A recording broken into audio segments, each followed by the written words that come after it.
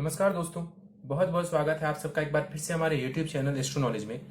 दोस्तों, आज की इस वीडियो में हम एक 24 वर्ष युवक की कुंडली का विश्लेषण करेंगे, जिन्होंने अपने बर्थ डिटेल्स मेरे साथ शेयर किए हैं। एस्ट्रोलॉजी के माध्यम से ही अपने जीवन से जुड़े हुए कुछ महत्वपूर्ण प्रश्नों के उत्तर जानना चाहते हैं। तो निश्चित ही आज इस वीडियो में मैं इनके द्वारा पूछे गए सभी प्रश्नों का उत्तर दूंगा और साथ ही साथ इनकी कुंडली का पूर्ण विश्लेषण भी करूंगा। दोस्तों, इस वीडियो को शुरू करने से पहले हर बार की तरह आप सबसे निवेदन है कि यदि अभी तक आपने हमारे YouTube चैनल एस्ट्रो नॉलेज को सब्सक्राइब नहीं किया है तो आप प्लीज इसे सब्सक्राइब कर दें और बेल आइकन को दबाना ना भूलें। साथ ही साथ दोस्तों, यदि आप सब इसी प्रकार अपनी कुंडली का विश्लेषण करवाना चाहते हैं या फिर मुझसे संपर्क करना चाहते हैं तो स्क्रीन पर फ्लैश हो रहे व्हाट्सएप नंबर के ऊपर आप मुझसे संपर्क कर सकते हैं और ज्यादा जानकारी के लिए आप नीचे डिस्क्रिप्शन बॉक्स को भी चेक कर सकते हैं। चलिए वापस आते हैं इस विश्लेषण के वीडियो के ऊपर और आप सबों के समक्ष इनके द्वारा पूछे गए कुछ प्रश्नों को रख देता हूं। कहते हैं ये कि जीवन में बहुत संघर्ष रहा है और इनकी माताजी ने इन्हें अकेले ही बड़ा किया है और फ्यूचर के बारे में जानना चाहते हैं, करियर को लेकर के जानना चाहते हैं कि करियर में क्या करना उचित रहेगा इनके लिए, विवाह, वैवाहिक जीवन, मकान संबंधित सुखों के बारे में, संतान संबंधित सुखों के बारे में और भी लाइफ में जो है धन वगैरह को लेकर के इन्होंने प्रश्न पूछा है। चलिए सीधे इनके लग्न कुंडली की तरफ चलते हैं। इनके प्रश्नों का उत्तर हम आखिर में देंगे कि करके इनकी लग्न कुंडली देखें तो वो प्रारंभ होती है 12 नंबर से। 12 नंबर यानी कि इनकी कुंडली मीन लग्न की बन जाती है और चंद्रमा लग्न में ही विराजमान है, यानी कि जातक की कुंडली मीन लग्न और मीन राशि की बनती है। मीन लग्न यानी कि गुरु के द्वारा अधिपत्य किया जाने वाला लग्न। लग्न का मान 19 डिग्री का है और लग्न के पास अच्छा बलाबल माना जाएगा। देखिए, ऐसे जातकों के स्वभाव की बात करें तो आमतौर पर ऐसे लोग ईश्वर को मानने वाले होते हैं, शांत स्वभाव के होते हैं, आध्यात्मिक भी होते हैं क्योंकि ये अध्यात्म की राशि बन जाती है, और इंटेलिजेंट होते हैं, भावना प्रधान होते हैं यानी कि इमोशनल होते हैं ऐसे लोग, और मेहनत करके लाइफ में सफलता को प्राप्त करते हैं। लेजीनेस देखा जाता है ऐसे लोगों में। इनका एक प्रश्न भी है कि इनको आलस्य बहुत आता है। गुरु की राशि किसी की कुंडली में बनती है खास करके 12 नंबर की, या फिर चंद्रमा की राशि लग्न में आ जाए 4 नंबर की, तो ऐसे लोग आमतौर पर देखा जाता है कि थोड़े आलसी स्वभाव के होते हैं।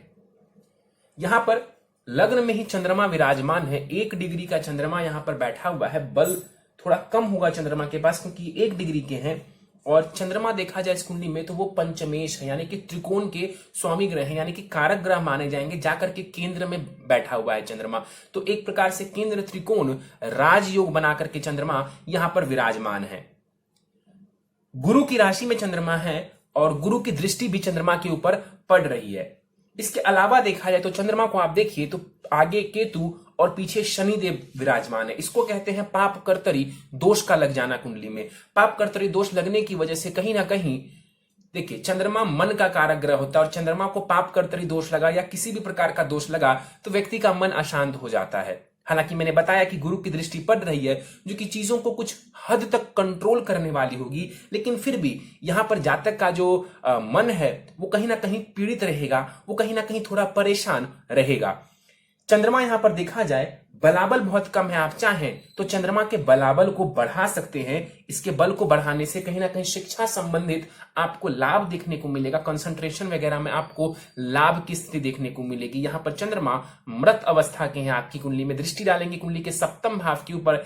वैवाहिक जीवन में आपको ये चंद्रमा लाभ देने वाले होंगे, इमोशनल बॉन्डिंग बढ़िया रहेगी पत्नी के साथ। द्वितीय भाव की तरफ चलते हैं। केतु द्वितीय भाव में बैठे हुए हैं। द्वितीय भाव होता है वाणी का, धन का, परिवार वालों के साथ संबंध का, और यहां पर केतु 1 डिग्री का बैठा हुआ है। देखिए, बल केतु के भी पास बहुत ज्यादा नहीं है। यहां पर 1 डिग्री का केतु है तो बहुत ज्यादा बलाबल के साथ यहां पर मौजूद नहीं है केतु।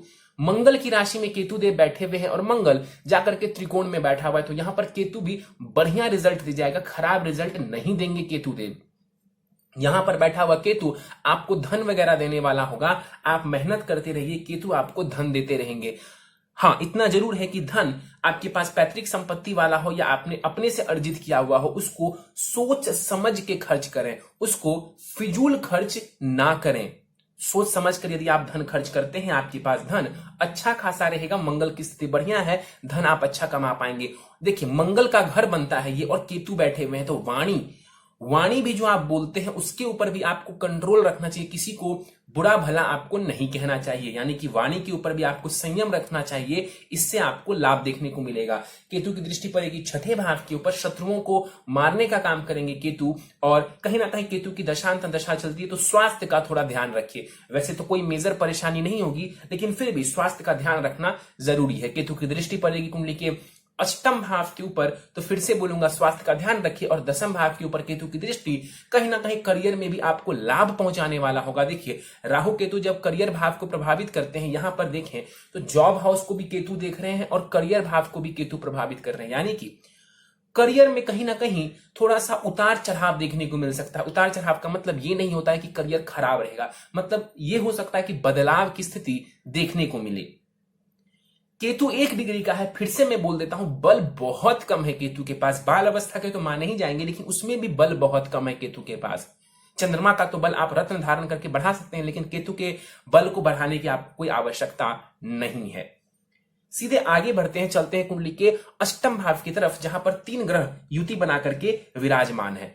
बुध, राहु और सूर्य यहां पर कुंडली के अष्टम भाव में विराजमान है। कुछ दोष यहां पर बनते हुए नजर आ रहे हैं। देखिए सूर्य राहु की युति कुंडली में ग्रहण दोष का निर्माण करती है। सूर्य राहु ग्रहण दोष आपके अष्टम भाव में बन रहा है। सूर्य बुध का जो योग है उसको हम बुधादित्य योग कहते हैं, तो वहीं बुध और राहु की युति को हम जड़त्व दोष का नाम देते हैं। यहां पर सूर्य को ध्यान से देखिए, सूर्य 16 डिग्री के साथ बैठे हुए हैं, नीच की राशि में बैठे हुए हैं, और राहु के साथ बैठने की वजह से यहां पर ये ग्रहण दोष में है।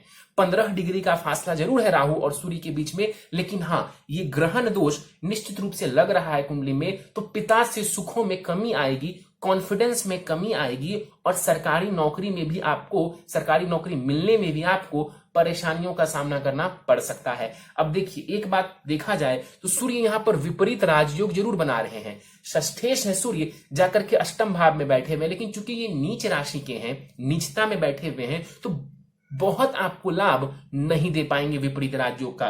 तो सूर्य से संबंधित उपाय आपके लिए करना जरूरी है, ताकि जीवन में आपको कॉन्फिडेंस की कमी नहीं हो। जीवन में आपको यदि कभी जॉब करने की बात आए, सरकारी नौकरी की बात आए, तो आपको ज्यादा मुश्किलों का सामना ना करना पड़े।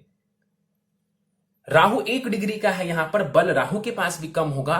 अष्टम भाव में राहु बढ़िया रिजल्ट नहीं देते हैं, चाहे वो किसी भी राशि में बैठे हुए हो। तुला राशि में यहां पर राहु बैठे हुए हैं, तुला राशि का राहु अच्छा माना जाता है, लेकिन अष्टमस्थ राहु अच्छा नहीं माना जाता। कहीं ना कहीं जीवन में अचानक से बदलाव, अचानक से जो है एक नुकसान की स्थिति राहु आपको करवा सकते हैं। तो राहु की दशा वगैरह चलती है तो डिसीजन को सोच समझ करके आपको लेना चाहिए। हाँ, रिसर्च वगैरह के क्षेत्र में यहां पर बैठा हुआ राहु लाभ दे सकता है। एस्ट्रोलॉजी वगैरह के क्षेत्र में ये इंटरेस्ट दिलवाता है व्यक्ति को, तंत्र मंत्र की तरफ भी व्यक्ति को लेकर के जाता है। दृष्टि डालेंगे राहु देव कुंडली के 12वें भाव के ऊपर, विदेश की यात्राएं और धन का व्यय करवा देंगे। राहु की दृष्टि द्वितीय भाव के ऊपर जो पड़ेगी, तो वाणी को सोच समझ के इस्तेमाल करें और धन का भी दुरुपयोग ना करें। हमेशा याद रखिए, धन कितना भी आपके पास हो, आपके पास धन रहेगा, ये भी आप जान लीजिए, लेकिन उसका दुरुपयोग आपको नहीं करना है। दुरुपयोग करेंगे तो नुकसान जरूर होगा आपको। और राहु की दृष्टि चतुर्थ भाव के ऊपर पड़ेगी, तो सुखों में थोड़ी कमी करने वाले होंगे राहु,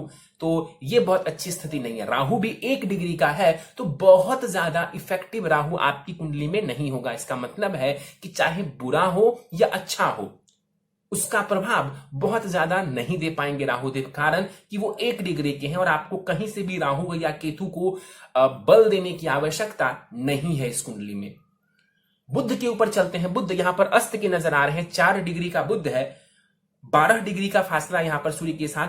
देखिए बुध अस्त होने के बावजूद भी कई बार बताया है कि वो रिजल्ट्स देते हैं। इकलौता ऐसा ग्रह है बुध जो कि अस्त होने के बावजूद काफी हद तक रिजल्ट्स देने में कैपेबल होते हैं। तो अष्टम भाव में यहां पर बुध विराजमान है। इस कुंडली में बुध को देखें तो सुखेश है और सप्तमेश है, जाकर के बुध अष्टम भाव में यहां पर बैठा हुआ है। अष्टम भाव ससुराल पक्ष का होता है, आयु का होता है और रिसर्च का होता है। तो इन चीजों में देखा जाए तो बुध थोड़ा तो लाभ करवा देंगे, लेकिन 2 केंद्र घरों का स्वामी है बुध और जाकर के अष्टम भाव में बैठ गया। इसे कहते हैं कुंडली में केंद्राधिपति दोष लगना।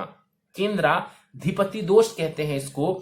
जो कि बुध को यहां पर लग रहा है। तो विवाह थोड़ा सोच समझ के करना है, क्योंकि बुध अष्टम भाव में चले गए और राहु के साथ बैठ गए। तो विवाह सोच समझ के करेंगे, कुंडली मिलान करके करेंगे।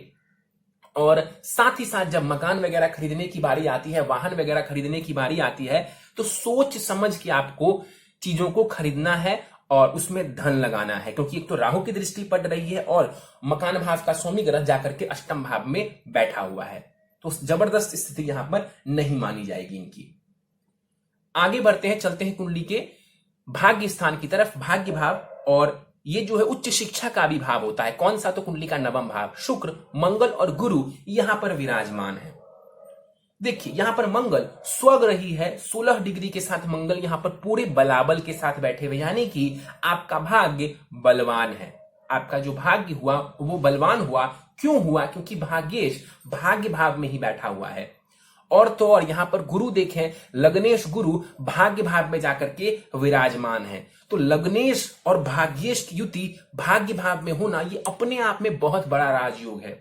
इसका कोई ऐसा नाम नहीं है, लेकिन हाँ, लग्नेश और भाग्येश की युति हो जाए और वो भी त्रिकोण भाव में, ये बहुत बड़ा राजयोग माना जाएगा। और मंगल गुरु की युति को हम पारिजात योग का भी नाम देते हैं। तो यहां पर पारिजात योग भी बन रहा है और अन्य प्रकार का एक यहां पर राजयोग भी गुरु और मंगल का बन रहा है। तो ये बढ़िया स्थिति नजर आ रही है। यहां पर देखा जाए, यहां पर मंगल आपको धन देने वाला होगा, क्योंकि ये धनेश है। हायर एजुकेशन का लाभ करवाएगा, विदेश की यात्राएं करवाने वाला होगा। दृष्टि 12वें भाव के ऊपर मंगल देव डालेंगे, विदेश की यात्राएं, धन का व्यय करवा देंगे। तीसरे भाव के ऊपर दृष्टि मेहनत पराक्रम को बढ़ा देगी। और चतुर्थ भाव के ऊपर दृष्टि टेंशन जरूर देगा, लेकिन आपको मकान वगैरह के सुख में, भूमि से संबंधित सुखों में ये वृद्धि कर देंगे, क्योंकि इस कुंडली में मंगल कारक ग्रह हैं। मंगल कारक ग्रह हैं इस कुंडली में, तो वो जहां भी दृष्टि डालेंगे ज्यादातर चीजों में आपको लाभ करवाने वाले होंगे। मंगल युवावस्था का है, बल 100% है मंगल के पास।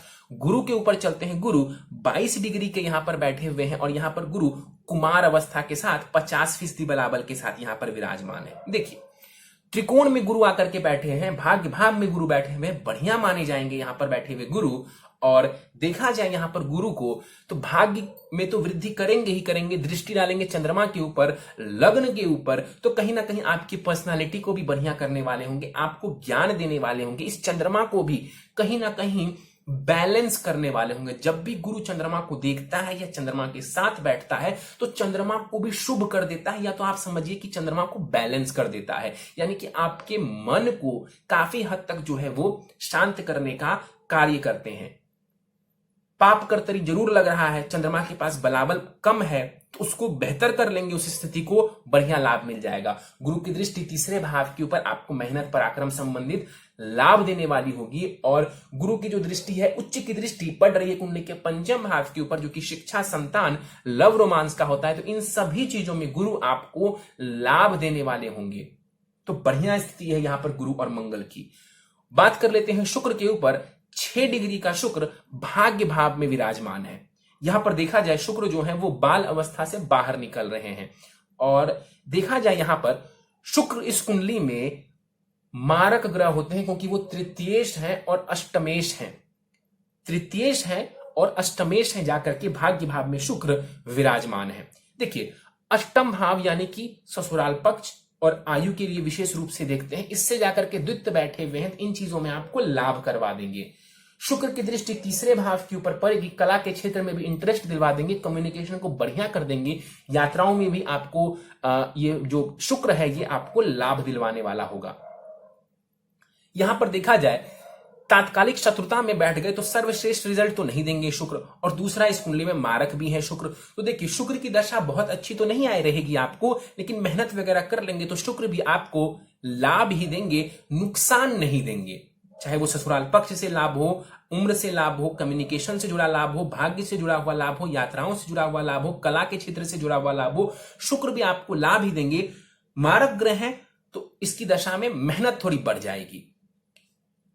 आगे बढ़ते हैं, शनि के ऊपर बात कर लेते हैं। 12वें भाव में शनि यहां पर स्वग्रही होकर के विराजमान है। देखा जाए यहां पर विपरीत राजयोग शनिदेव भी बना रहे हैं। यहां पर 24 डिग्री का शनि है, मृत अवस्था में एंटर कर चुके हैं शनिदेव, और बलाबल करीब 25% के आसपास इनके पास रह जाएगा।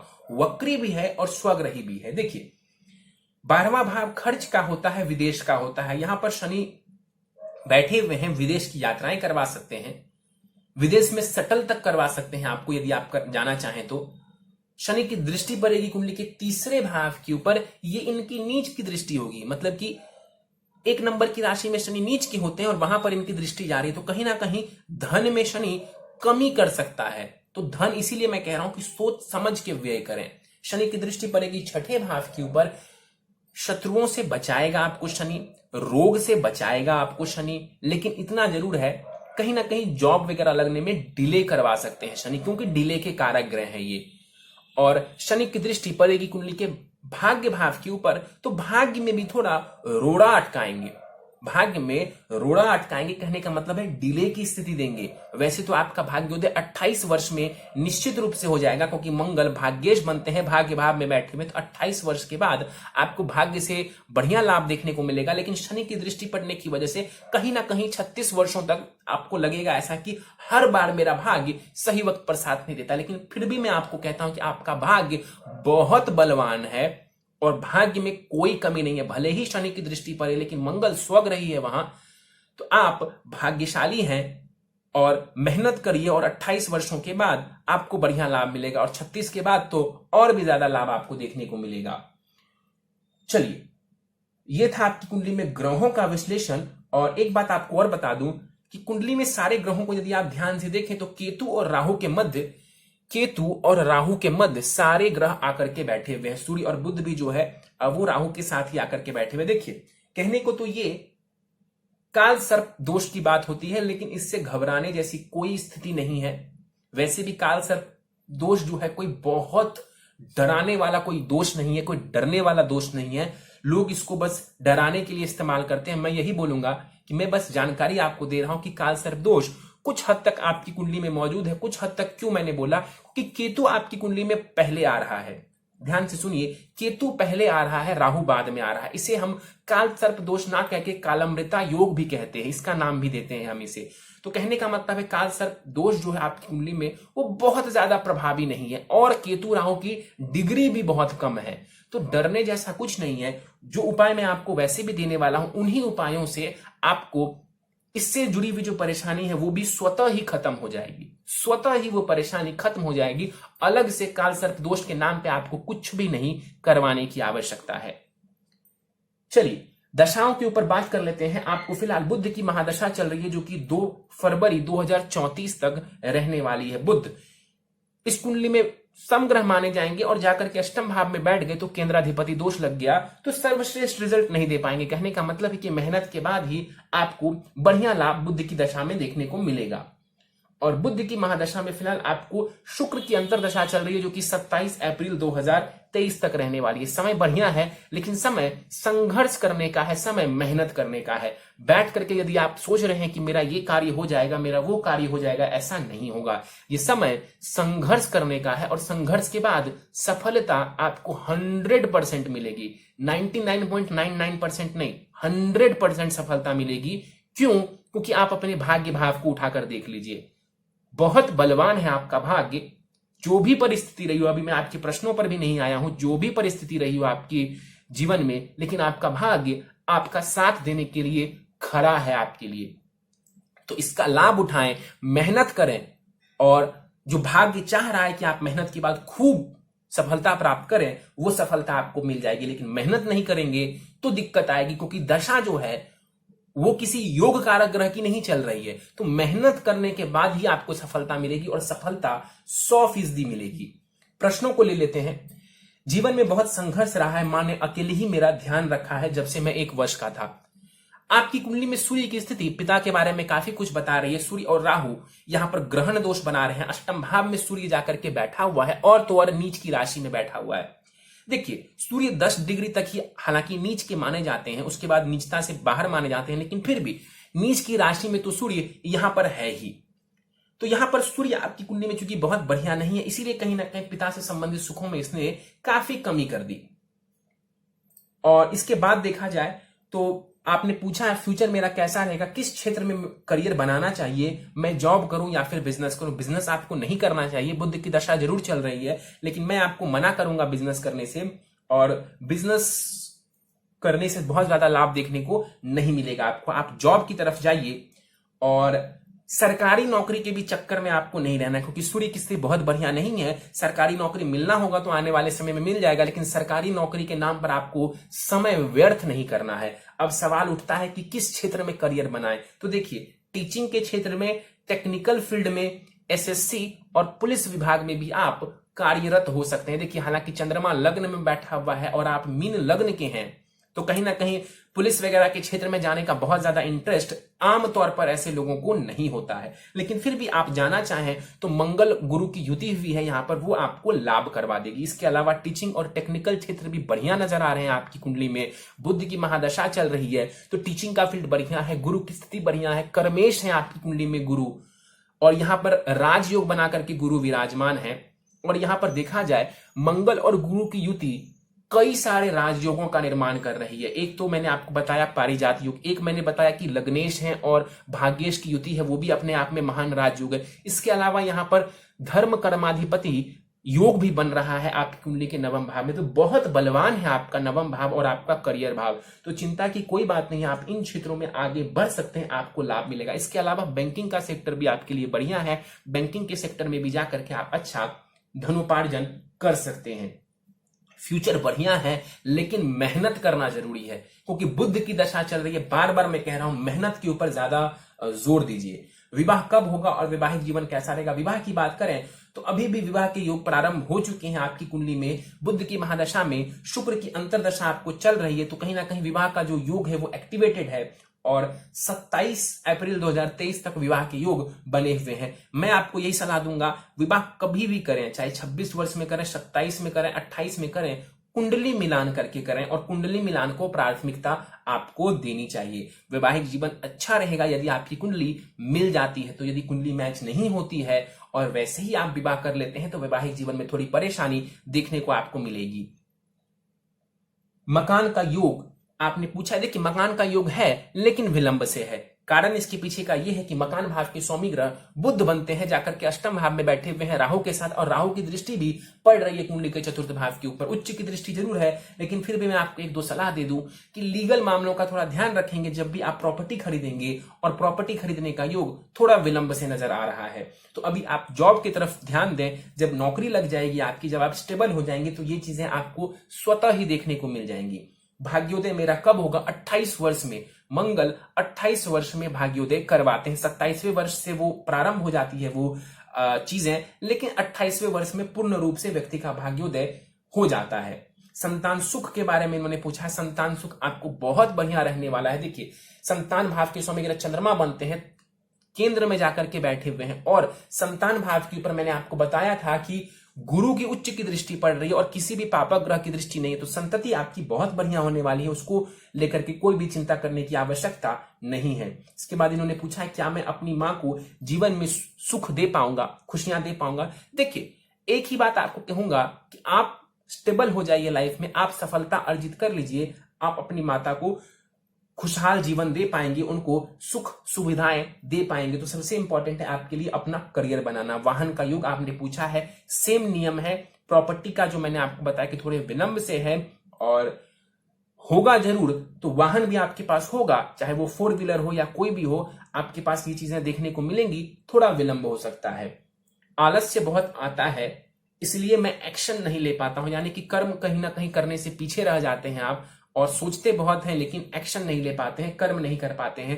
मैंने बताया था कि जो यहां पर जब जल तत्व की राशि बनती है, चाहे वो 4 नंबर की हो, 8 नंबर की हो, 12 नंबर की हो, और गुरु का प्रभाव आ जाए लग्न के ऊपर, तो कहीं ना कहीं आलस्य देखने को मिलता है। शनि का प्रभाव आ जाए लग्न के ऊपर, तब भी व्यक्ति को आलस्य देखने को मिलता है। तो यहां पर आपकी कुंडली में चंद्रमा और गुरु का प्रभाव है लग्न के ऊपर, तो इसलिए कहीं ना कहीं आलस्य देखने को आपको मिल रहा है। मैं आपको यही बोलूंगा कि प्रैक्टिकली कोशिश करें कि आलस्य ना आए। कुछ उपाय वगैरह बता दूंगा, आपको लाभ मिलेगा। हनुमान जी और सूर्य देव की पूजा उपासना करने से कहीं ना कहीं ये बात देखा जाता है कि आलस्य अपने आप कम होने लगता है, खास करके हनुमान जी की पूजा आराधना से। पैसों की तंगी रहती है, क्या ये तंगी कभी दूर हो पाएगी? 100% ये तंगी दूर हो जाएगी। केतु दिख रहे होंगे कुंडली के द्वितीय भाव में और आप सोच रहे होंगे कि क्या पता धन वगैरह आए कि ना आए, मैं आपको कहता हूं मंगल की स्थिति बहुत बढ़िया है इस कुंडली में, आपके पास बढ़िया धन रहने वाला है, उसको लेकर के आप चिंतित मत रहिए। करियर बना लीजिए, आपके पास धन रहेगा भी, लेकिन धन कितना भी हो व्यर्थ में बर्बाद नहीं करना है। विदेश योग कैसा है? बहुत बढ़िया है, चाहे तो जा सकते हैं। नवमांश कैसा है? चलिए नवमांश की पर बात कर लेते हैं। आपकी नवमांश कुंडली धनु लग्न की बनती है, यानी कि देखिए बृहस्पति का लग्न यहां पर बन रहा है और नवमांश में भी बृहस्पति का ही लग्न बनता हुआ नजर आ रहा है, तो ये बढ़िया स्थिति है। और वहां पर देखा जाए तो सूर्य की स्थिति बढ़िया है, शनि वगैरह की स्थिति बढ़िया है, राहु चंद्रमा शुक्र मंगल वहां पर वर्गोत्तमी है, यानी कि इसी राशि में बैठे हुए सारे ही ग्रहों की स्थिति वहां पर बढ़िया नजर आ रही है, सिवाय एक की, और वो है गुरु।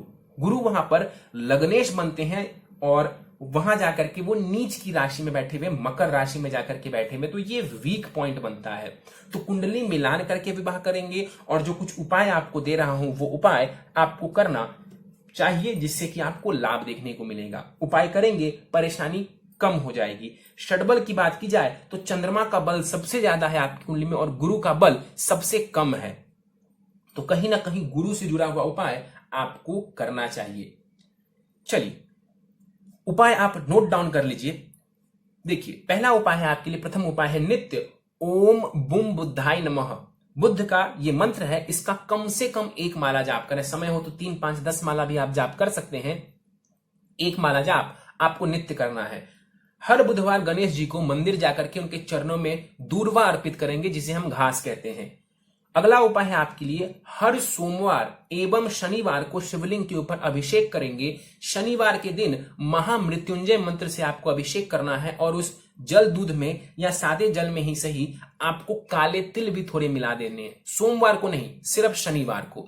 और जब आप शनिवार को अभिषेक करेंगे तो महामृत्युंजय मंत्र से करेंगे, जबकि आप सोमवार को अभिषेक करेंगे तो ओम नमः शिवाय से आप करेंगे, आपको बढ़िया लाभ मिलेगा। नित्य शिव चालीसा का पाठ करें और संभव हो तो एक मोती रत्न आप धारण कर लें।